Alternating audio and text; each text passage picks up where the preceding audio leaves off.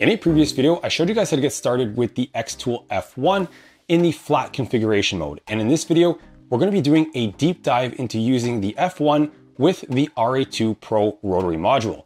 Now I've got lots of different graphics and workpieces for us to get through. So naturally, we're going to run into some different challenges, but don't worry, we'll solve all of those problems together. Plus, I've got some new upgrades for the RA2 and the F1. And towards the end of this video, I'll even show you guys how to process some round workpieces without the use of the RA2. So keep watching to the end. Let's go. So this right here is the XTOOL RA2 Pro, and you can see that I have it assembled in chuck mode. The rollers have been removed, and this is the recommended configuration to use the RA2 Pro with the XTOOL F1. Now, although this is the recommended configuration, there are some limitations to using the RA2 Pro with the XTOOL F1. For example, if you have one of these pretty generic looking 12-ounce mugs with a handle, which is by no means a very large mug, you're going to find that the handle will come in contact with the base of the RA2, and of course then you can't rotate this workpiece completely around. And it just limits the amount of space that you can process on this piece. And even if you flip the base over, that handle is still going to hit the table below. Another limitation with the RA2 is processing workpieces with a taper. As you can see, this wine tumbler has a slight taper to the surface, and the only way to get this parallel with the laser is to tilt the RA2 up on one end. Now you can try and do this by finding some sort of household item and imprecisely wedging it under the base, but I do have a better solution for this that I'll show you guys later. However, as is, without any further modification, this is just something that's kind of difficult to do with the RA2 on its own. And one other thing I want to point out about the RA2 is that if you're using this with the XTOOL F1, make sure you get the right cable. If you bought the RA2 and the listing was for the D1, D1 Pro, or if you inherited an RA2 from somebody else and you don't have this cable, you can buy this separately on the XTOOL website. I'll put a link in the video description down below. Getting the rotary module set up with the F1 is pretty easy. You can just remove that center base plate from the XTOOL F1, place it beside the machine. So if you're looking at it from the front like this, it'll go on the right-hand side, and just place your rotary module on top. There are some alignment marks on the base of the XTOOL F1 where you'll line up the front edge of your RA2, and that should get the center axis of rotation in line with the center of the F1's laser. Then we can just plug in the rotary module into the side of the F1, and we'll process a sample job here. So this is something very simple. I've got a tumbler. It's got a regular cylindrical top to it with no handle, so this should work very nicely with the RA2 unmodified. I have the chuck jaws grabbing the inside of the tumbler, and I've done my best here to line it up by eye so that the tumbler is not crooked, and I've also got it lined up with those alignment marks at the front of the machine. Now I want to move this cylindrical face closer to the center of the machine, and while doing that I need to pay attention to a few things, the alignment marks, and on the side here you'll see that the stepper motor starts to run into the back of the XTOOL F1. I've got a solution for that also, I'll show you guys later. But for now, the simplest thing I can do is flip the tumbler around, grab it from the bottom of the tumbler on the outside face, and then move the whole RA2 back and go through the process again of lining it up with those alignment marks. Be careful not to move it too far back. You'll notice that it might start to wobble a little bit. You'll want to move it far enough to the left where the rotary module is stable. Then we can turn the F1 on and use the knob at the side of the machine to manually focus the laser on the top surface of your tumbler. In XTOOL Creative Space, you can see the F1 is connected, and I'm going to use the drop-down menu to select Laser Cylindrical. And this will change our workspace a little bit in XTOOL Creative Space. You can see you've got this green bar up at the top, and you have an arrow showing the direction of rotation for the rotary module. I'll use the buttons on the side to click on chuck because of course we have it in the chuck configuration, and then we can go and use the image button on the left and import an image. I've got that nice matte green tumbler, so I went with one of these Stanley vectors. And I just want to point out that I'm not in the business of selling trademarked or copyrighted logos on any sort of merchandise. I just like picking these logos for fun for these videos when the color scheme of the workpiece goes nicely with a particular logo. Anyway, so I used the Control A shortcut to select the entire logo, rotate it around, I've selected Engrave on the right hand side, and one of the things that we need to input into XTOOL Creative Space is the diameter of our workpiece. It's always easier to take that measurement before the workpiece is on the chuck and you have everything aligned, so don't be like me and forget. But either way, I've got the diameter. I'm going to enter it into the diameter box and the perimeter will be automatically calculated. Then I can select all of the elements again, and over on the right hand side, select blue light laser, set the power to 80%, set the speed to 400 millimeters per second, grab a single pass, and we're going to use 300 lines per centimeter. Then I'll make a last minute decision here to resize the logo. So I'll set the width to 30 millimeters, I'll reposition it slightly biased to the left, and before we frame this graphic, take one more look at the direction in which I've rotated this image to match the orientation of my tumbler when I have it gripped from the bottom. When I hit that framing button, the XTOOL F1 will frame the image on the surface as it rotates the workpiece. I'm happy with the size and position, so I'll hit process and then we can start the job.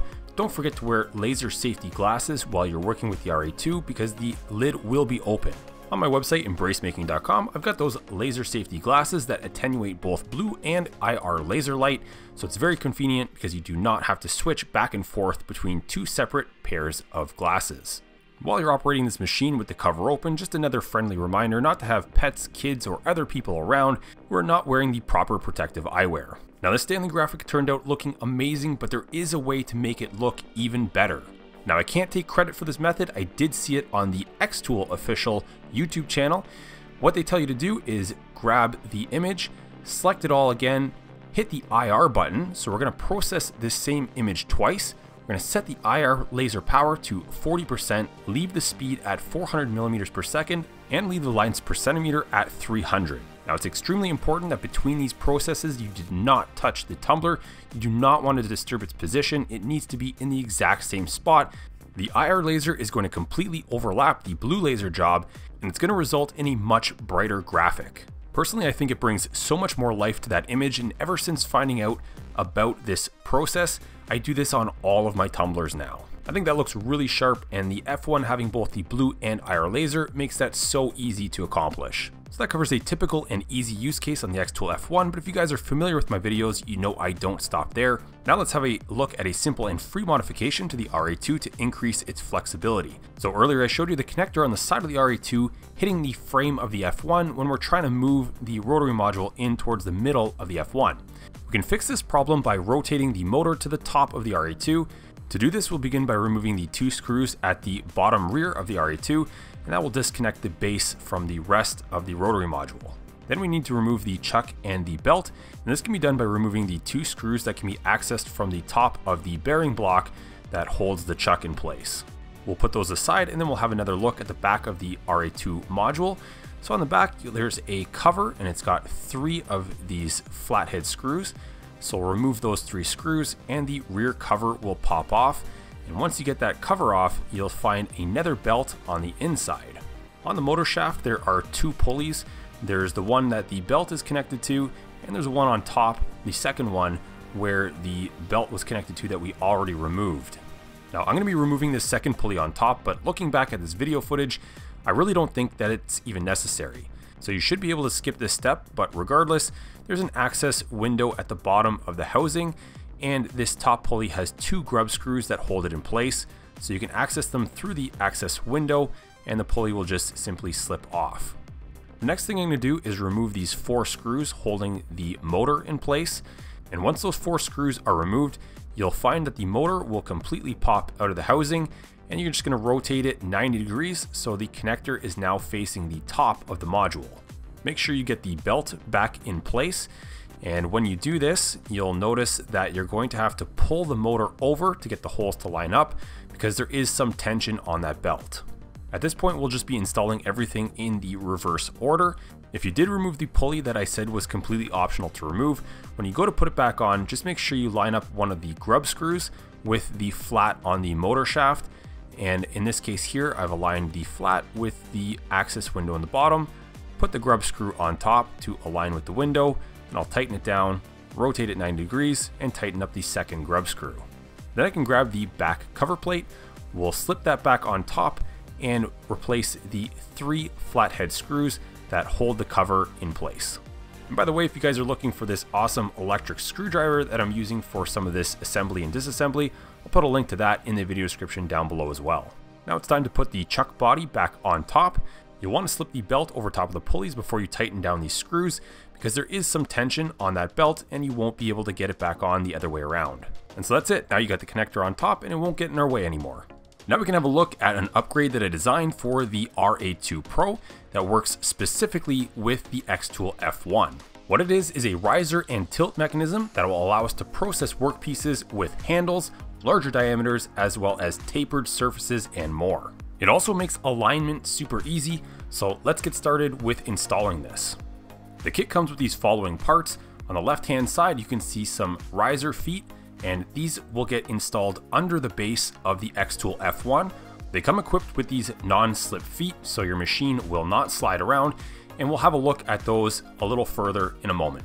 For now, let's focus on the riser and tilt mechanism. This is what's going to allow us to use bigger workpieces with handles, as well as tilting them so that we can get those tapered surfaces parallel with our laser. In the small bag here is all of the hardware that we're going to need to get this thing installed. So we'll begin by separating out the hardware, and we need to grab these 4 square nuts. These square nuts will slide into the slots on the base of the RA2. Getting them in the slots is pretty easy. I would start on this side of the base where you have easy access to the slots. You can just simply put the nuts down on top of the base and use a screwdriver to drag the nuts into the channel. Now if you find the nut gets a little bit stuck, try flipping it over, because you might have a small burr from the thread on that nut just getting in the way. They have to be a very snug fit inside of these channels so they don't rotate when we go to screw down the RA2 tilt mechanism. So now you can see we've got the tilt base. One side is labeled chuck side, and that is going to face this side of the RA2 base with the cutouts where the rollers used to get bolted down. It's extremely important that you get this orientation correct, because the RA2 base is actually not symmetrical. Then we can take our M3x10 socket head cap screws with the washers, and we can place them through the tilt mechanism and start threading them into those square nuts. Tightening these screws all the way down will lock the tilt mechanism to the metal base, and by backing them off half a turn, you can now slide the tilt mechanism back and forth along the base. I'm going to slide it to the right hand side of the RA2 metal base, and I'm going to align the front faces of the tilt mechanism with the front face of the base. This will make sure that the tilt mechanism is properly aligned and squared up with that base, but if you do have a speed square like the blue one that I just had in the video there, that just makes it even easier. Now we can bolt the rotary module on top, and the 2 holes in the bottom of that module where it used to get bolted to the metal base are going to be used to mount it to the tilt mechanism. And you can see that I've got the chuck on the side of the tilt mechanism that says chuck side, and we're going to be reusing these original 2 screws that again used to bolt the module to the metal base, are now going to be used to mount the module to the tilt mechanism. Now you'll be able to swivel your entire rotary module so you can process workpieces with tapered faces. To lock the module at a particular angle, there's just 1 screw at the bottom that you have to tighten. The nut and bolt at the top should not have to be adjusted under normal circumstances. The unit pivots around this top bolt, so it should only be tight enough that when the bottom bolt is loose, the unit can still swivel and it's not wobbling around. We'll be setting some workpieces up in a minute, but for now, let's get those riser feet installed on the bottom of the F1. To do that, we'll begin by removing the fixture plate from the bottom of the XTOOL F1, because we have to tip the machine on its side and we don't want that plate falling over. At the bottom of the XTOOL F1, you'll find 4 M4 threaded holes, and included in the kit are 4 M4x10 socket head cap screws. The screws fit through the riser feet and thread into the bottom of the XTOOL F1, and there's no right or wrong orientation here. You can install them any which direction that you want. The only important thing to pay attention to here is that the front of this riser foot should be flush with the front of that base, and the feet aren't sitting on top or squishing those rubber pads that the F1 used to sit on. The feet can be left in place permanently for regular flat cutting and engraving. Just make sure that these rubber pads on the bottom of the fixture plate aren't hitting the riser feet, This could result in the fixture plate sitting up slightly higher than the base, and to fix that, it usually just requires rotating the plate 90 degrees. So that covers the tilt mechanism, but while we're working on the RA2, I've got one more modification to make your life even easier, and that's going to be a backstop and bubble level holder kit. So all I need to do to install this backstop is remove the 3 chuck jaws. The backstop will then slip over, and the kit that I sell on my website comes with 2 different size backstops. This is the smaller of the 2, and then we can just reinstall our chuck jaws. So now when we're setting up these tumblers and gripping them from the inside, we can just bottom them out on the backstop, and we know that it's perfectly aligned, and that tumbler will no longer wobble while it spins. So we've taken away the guesswork there, and now we've got the bubble level holder. So the bubble level that comes with the XTOOL RA2 Pro just slips into the holder, and now it's very easy to mount and align on the top of your cylindrical workpiece. So now you can see, in combination with the RA2 tilt mechanism, I've got the surface of the tapered tumbler level, and I'm just going to tighten that one screw on the front of the tilt mechanism. Everything's locked in place, and we've got a perfect alignment of that workpiece. The same concept applies to these mugs with a handle that we previously would not have been able to process. I've got it chucked up against the backstop. The bubble level shows that the engravable surface is level, and I've used the single screw at the front of the tilt mechanism to lock it in place. Now we can get full rotation without the handle hitting the base, so this is yet another workpiece that we've now unlocked. Now that you've seen what this upgrade is all about, let's take a look at setting it up with the XTOOL F1 and processing some example jobs. I've removed the fixture plate, and we're going to be sliding the RA2 base in between the 2 riser feet. Now those 2 alignment marks on the top of the frame were what we were previously using to line up our RA2, but now it's even easier. We're just going to take the front face of the RA2 base, and we're going to butt it up against the back face of that riser foot. Now the center axis of rotation is perfectly aligned with the center of the F1. Now we can slide this unit in and out, and as long as we maintain contact between those 2 faces, the center axis of rotation will always be perfectly aligned with the F1, and it takes away all of that guesswork. And even with the tilt kit, you can see here that when we've rotated that motor, so the connector is on top, it will still pass inside of the frame. So now we have maximum flexibility with this rotary module. One other thing I want to demonstrate here is that when we loosen off the front screw for the RA2 tilt mechanism, you can see how far we can tilt this entire rotary module back. And so if we had those small grippers for things like rings or other small pieces of round jewelry, you can actually rotate it far enough upwards that you could process the inside of a ring as well. But for now, we'll stick to these tumblers, and we'll go back to this red mug with the handle. I've got it set up in the chuck, and I've pushed the whole module forward. So now this piece can be rotated around 360 degrees with no interference, and this previously would not have been possible. The bubble level with the bubble level holder still fits inside of the frame. So again, everything is perfectly compatible here. And going back to the wine tumbler with the tapered surface, you can see that I've tilted the RA2 tilt mechanism downwards. I've got the bubble level on that surface. It's parallel with the frame of the machine, and then we can use the manual adjustment knob and focus the laser on that surface. Since we've got a pink wine tumbler setup, what goes better with pink than a Barbie logo? And so I've brought in a Barbie logo into XTOOL Creative Space. I've clicked on the chuck mode button, I've set the diameter to 79 millimeters, and we're going to frame up this graphic. Now, this tumbler doesn't have a handle, so we can kind of put the logo anywhere. We don't have to place it with respect to a handle. And so when we frame it, you can see that the direction of rotation is the same direction that's indicated in XTOOL Creative Space with the green line at the top of your workspace and that arrow. I'm going to use the same blue laser settings as the first tumbler example. So we've got 80% power, 400 millimeters per second, and 300 lines per centimeter. We'll put on our laser safety glasses and we'll process this job. The quick and easy setup with the tilt mechanism as well as the backstop will ensure that we get the absolute best result on this tapered surface. And you can see that when it's done, the logo looks really nice, but it is kind of dark. So we'll hit it with the IR laser in a moment, but you can also see in this shot the timing mark that I added with a Sharpie and how it lines up with the left hand side of that Barbie graphic. And that just represents that green bar at the top of the workspace in XTOOL Creative Space. Just a reminder not to disturb that tumbler, leave it completely as is, do not touch it. Go back into XTOOL Creative Space, switch over to the IR laser, change it to 40% power, leave it at 400 millimeters per second and 300 lines per centimeter, rerun the job, and you'll see it completely transform that very dark looking Barbie logo into a nice, bright and shiny Barbie logo. Personally, I think this two-step lasering process takes these tumblers to the next level. You'll still want to clean up the tumbler with some soap and water to get rid of any residue along the edges of the engraving. You can see I'll wipe a little bit away with my thumb, and that'll just clean it up even further.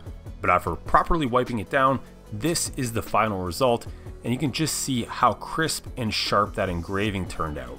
This is absolutely a testament to how well the XTOOL F1 performs, as well as having a really tight and precise setup.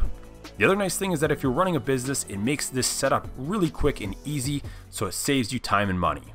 Okay, so now back to this red mug with the handle, and you can see this one here has got a bit of a lip on the inside, so I think it's going to be best to grip this mug from the outside rather than the inside. Not every workpiece is going to be the same, and as you gain more experience, you'll pick up on the best way to do things, as well as some other best practices like cleaning your workpieces if you've been handling them a lot.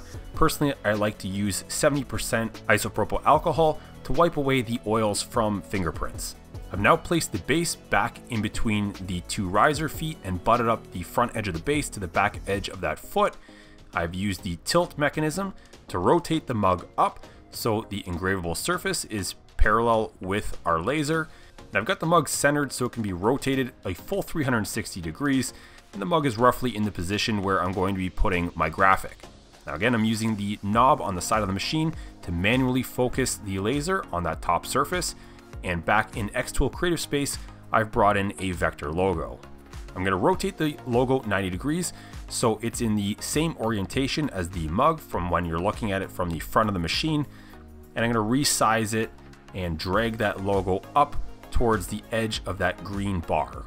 With the logo selected, I'll now head over to the right hand side, make sure we're in the blue light laser setting, go with our typical settings of 80% power, 400 millimeters per second, and 300 lines per centimeter. This red mug has a outer diameter of 87.5 millimeters, so I'll enter that into the diameter field, I'll press the framing button, and we can take a look at the position of the framing with respect to the position of the handle. I'm going to use my Sharpie and mark a position in the 12 o'clock position, so the top of the mug, and then I'm going to eyeball where the framing ended up, and that's going to give me some sense of how big that graphic is going to be and where it's going to fall on the mug with respect to the handle. Alternatively, I also know that in XTOOL Creative Space, I set the width of the logo to about 40 millimeters, and so I can use my digital caliper set to 40 millimeters to get some sense of the size of that graphic, because for this mug, I'm going to engrave both sides. I don't want this first graphic wrapping around too far, because the second one I want on the opposite side of the mug. Once I'm happy with that position, I'll come back into XTOOL Creative Space, press Process, and we'll start this job. But not without another reminder to please wear your laser safety glasses while you're doing this. In most of these video examples, I've got the lid up higher than what it needs to be for the purpose of filming. Now for you guys, you can lower the lid quite a bit more to reduce the amount of laser reflections coming off that surface. Just make sure it doesn't hit the rotary module while it's rotating, otherwise that can ruin the job. Okay, so the blue light job is complete. We're gonna again switch over to the IR laser, power for the IR at 40%, speed at 400 millimeters per second, 300 lines per centimeter. Do not touch the workpiece, just hit go, and in a few minutes, the one side of the mug is now complete. For those of you guys who aren't automotive or racing fans, you may not recognize this logo, but it's the logo for the Corvette racing team, and I think it looks great on this red mug, but we're not going to remove it just yet, because I want to show you guys how I'm going to position and size the logo for the other side of this mug. In XTOOL Creative Space, I've brought in the Corvette script along with the Corvette emblem, and the emblem is a raster image, the script is a vector, and so what I've done here is I've edited the image to remove the white space so it's easier to see through that raster image, and I'm going to try and match the height of these two logos together to the height of that skull that we just had engraved. I wanted the heights of these two graphics to be roughly the same, so the engraving on the front and the back of the mug more or less matches in size. Since the Corvette script is a vector image, I can select it separately and input our typical engraving settings, but you'll notice that if you select a raster image, in this case the Corvette emblem, you'll see that on the right hand side it will ask you for different settings such as dot duration in microseconds, and so we're going to turn this into a vector image right inside of XTOOL Creative Space. So if you click on the image itself and then press the trace image button, it will attempt to trace this black and white image and turn it into a vector. What you want to look for is some weird double lines like I just showed you there, and you can play around with these sliders to get rid of any sort of weird double lines so you get a nice clean trace. And now that it's a vector logo, you can select it and you can input all of our typical settings for engraving these tumblers. I'm going to resize both of these graphics ever so slightly, and I'm going to place them close to that green rotation line at the top.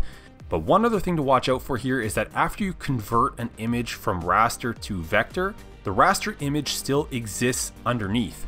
I've selected the vector image that sits on top, and for good measure, I'll also take that Corvette script and I'm going to move it to the second layer, and then I've hidden that second layer, which exposes the original raster image underneath, which I'll click on and then just delete it. I want to make sure that the raster image gets deleted so it doesn't end up getting processed inside of your job. Now we can frame up this graphic, and again, I'm going to use my Sharpie on the bottom of the mug to try and get a feel for where this logo is going to end up, because I want it opposite of the original skull logo that we just did, so they line up nicely on opposite sides of the mug. You'll also obviously want to make sure that during the framing process, the handle doesn't get in the way, and once I'm happy with that position, I'll press the process button and get this job started. After 5 or 6 minutes, the blue laser job is done. This thing's looking pretty promising, so we'll head back into XTOOL Creative Space. We can use the Control-A shortcut to select both of the graphics at the same time, and since they're both vector images, we can change the parameters to the IR laser. Again, 40% power, 400 millimeters per second speed, 300 lines per centimeter, and you'll end up with a very bright and beautiful logo. And if you put the two side by side, on the left hand side just the blue laser, on the right hand side blue plus IR, you can clearly see the difference.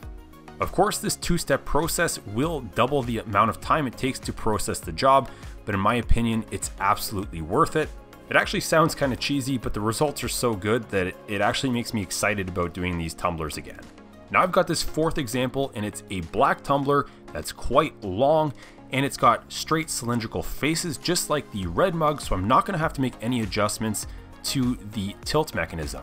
One thing I do want to point out though is when I say that these faces are level, you want to make it level with your frame of the XTOOL F1. So that means the position of the bubble should be in the same spot whether you put the bubble level on your workpiece or on your frame. This is what I mean by them being level relative to one another. One of the things included with the RA2 Pro is this rolling steady rest, and we can place it under the free cantilevered end of our long tumbler. You want it just touching the surface of the tumbler. You don't want it pressing up and causing any sort of misalignment or wobbling while the tumbler is rolling, and that's going to keep it from sagging during the processing of this job.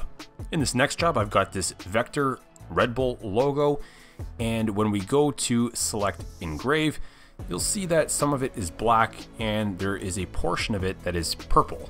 You might come across vector files that have multiple outlines, shapes, or layers to them, and so what I need to do here is get rid of this purple shape. Now I can't just delete it because the circle inside of the Red Bull logo is actually a full circle, and those two bulls on either side will then get blended into the circle. So what I'm going to do here is select the circle, select the two purple shapes, and use the combine feature, so it's a button at the top there, and subtract those shapes. We now end up with a white outline around those two bulls, so they appear to be on top of the black circle. Now I've simply rotated the logo, resized it, entered in the diameter of this tumbler, which is 87.3 millimeters. Head on over into the engraving settings, and again we're going to be using our typical settings here of 80% power, 400 millimeters per second, and 300 lines per centimeter. There's no handle on this workpiece, so we do not have to index it. In the framing, I'm happy with the position where it is in the roughly middle of this tumbler, and we'll go ahead and process this job. While this job is finishing up, if you guys haven't already subscribed to my channel, please consider hitting the subscribe button down below. It's a great way to show support and appreciation for these very thorough and time-consuming videos that I put together. Now, just like the other examples, we will not be touching the workpiece. Do not disturb it. We'll go back into XTOOL Creative Space. We're going to select the IR laser, set the power to 40%, leave the speed at 400 millimeters per second, and leave the lines per centimeter at 300. And now we'll reprocess the job with the IR laser. The main reason I wanted to show you guys this example was to demonstrate the compatibility of the tilt mechanism with the steady rest, and just show you guys how you can better support long workpieces with the RA2 steady rest. It keeps your workpiece super stable, and as you can see, all of the very small and fine details in this logo came out looking perfect. If there was any sort of shaking or wobbling, those very fine details might be blurry, or they might not even show up at all. This setup here can process workpieces up to about 100 millimeters in diameter, and this one does not have a handle. It's just over 100 at about 101 millimeters. So let's see how we can set this thing up inside of the XTOOL F1. Right now I've got the larger of the two backstops installed, and I'll be gripping the inside of this mug. I'll push the workpiece to the left while keeping the front face of the metal base in contact with the rear face of the riser. So we've got the center axis of rotation aligned with the center of the laser. Alternatively, I could have flipped this piece around, gripped it from the bottom of the mug, and then moved the workpiece farther to the right to achieve the same result. In either case, it's a long piece, so I'll be using the steady rest, and then I'll try and focus the laser on the top surface. But just as we get into focus, we're going to hit the upper limit of travel on the F1. You'll see the two laser dots shift, and at the top of the machine, it might be a little hard to see in this video clip, but the laser head of the F1 will twist a little bit and come to an abrupt stop. In this circumstance, I would lower the laser head just a touch before it gets twisted up. The focusing dots may only end up a hair off from one another, and you'll still end up with a nice sharp looking engrave on your workpiece. If you're working with these big round workpieces, you may not need the RA2 after all, if you can limit yourself to engraving small to medium sized graphics. On my website, I've got these V-block fixtures, and they fit into the bottom of the F1, and you can simply rest your round workpiece on top of it, and it will keep it centered. Long workpieces might need some extra support at the back, and you can use the steady rest to achieve that, and then you can make sure they're level. Smaller, shorter workpieces will balance on their own, and you can even put mugs with handles on top.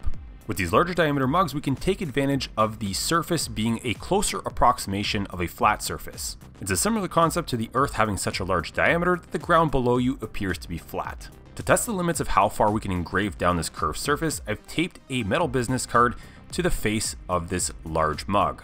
I'll use the steady rest to lift the bottom of the mug so that it is parallel front to back with respect to the XTOOL F1. Then I'll set the focus on the top of the business card. But what I'm going to do here is I'm going to actually make it slightly out of focus. I'm going to focus it a little lower than this surface. I'm going to try and split the difference between the highest and lowest point on this business card so the focus is somewhere in between. In XTOOL Creative Space, we'll switch back to laser flat because we do not have the rotary module plugged in anymore. Then I'll import this template that will get sent to you by email if you purchase the physical fixture from my website. You'll see that it did not scale it, and it will be naturally centered within the workspace of the XTOOL F1.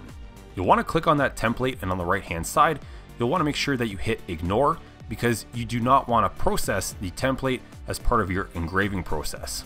Creative Space will now ignore this file, and it will just serve as a backdrop for us to align our graphics with respect to this fixture because it's a multi-purpose fixture, and shortly I'll explain what all of those other dotted lines are for.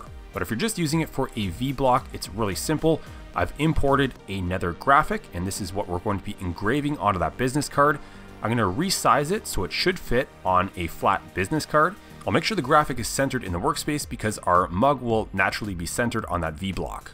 And I'm just going to change some of the settings here to some settings that work well on these metal business cards. Then it's just a matter of clicking the framing button, and I'm going to have to move my workpiece down ever so slightly so that the graphic will fall directly onto this business card, and we'll process this. When processing most mugs and tumblers with this V-block fixture, you're going to have to leave the lid open, so definitely put your laser safety glasses on. When the job is complete, we can inspect the final result, and what we'll find is that most of this Audi logo actually came in quite nice. Even the fine detail in the text at the bottom is perfectly clear and sharp. It really isn't until you get to the outer edges where things start to fade. What this tells me is that the laser focus is not really all that sensitive, and if I put a caliper over the graphic, I would say that a 40mm width graphic will come out really nice on a 100mm diameter tumbler without the rotary tool. I've flipped the metal business card over and I've brought in another graphic. I've resized it to be 40mm wide, and in this case we shouldn't see any loss of detail on the outside edges of the graphic. Even if you're using the rotary module, taping a metal business card to the surface is a great way of testing how a graphic is going to look on your mug or tumbler without sacrificing one of these expensive workpieces. The metal business cards themselves are fairly cheap and they're great for these sorts of tests. If you guys appreciate this money-saving trick, consider pressing the like button down below. So let's have a look at this logo, and you can see here that it looks completely fine. You'd never know that it was done without a rotary module, and this is a great solution for those of you who are perhaps still saving up for the RA2 or just want to experiment with some mugs and tumblers without making that investment up front.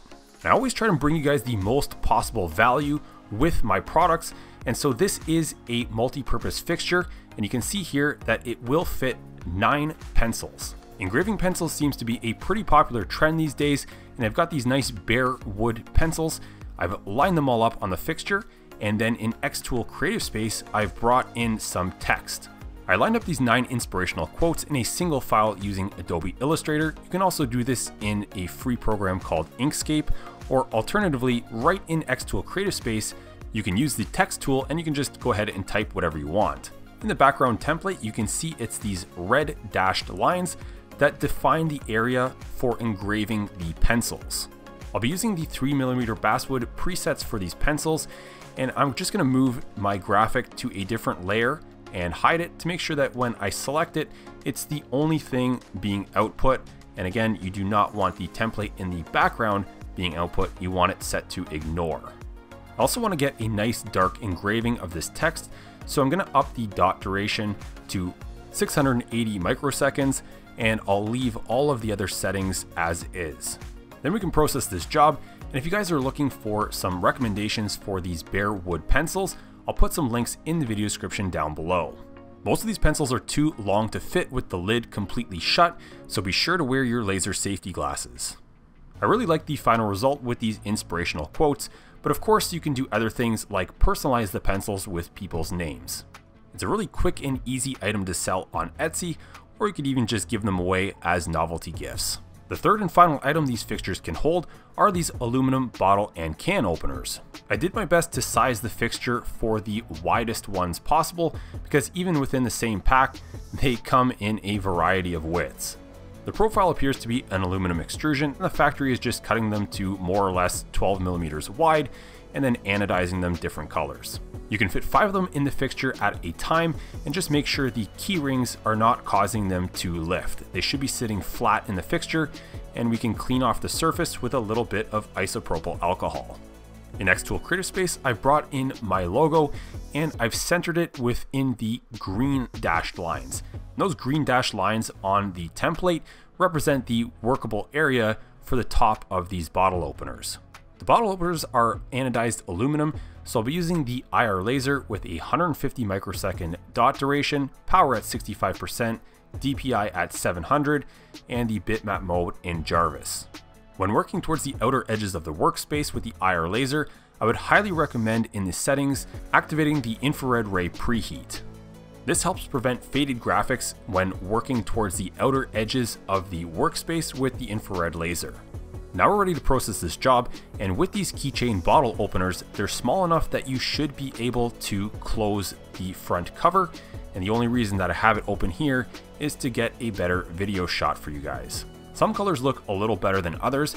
I happen to buy a multicolored pack of these bottle openers to show you guys the various colors and how they turn out, but you can easily source them in single colors online, and I'll put a link again in the video description down below where you can find these things in various quantities. So there it is, the F1 with the RA2.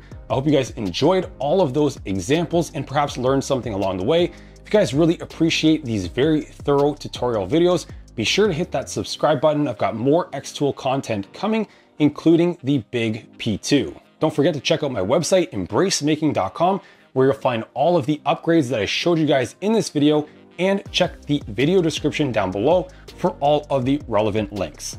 Thanks for watching, and see you guys next time.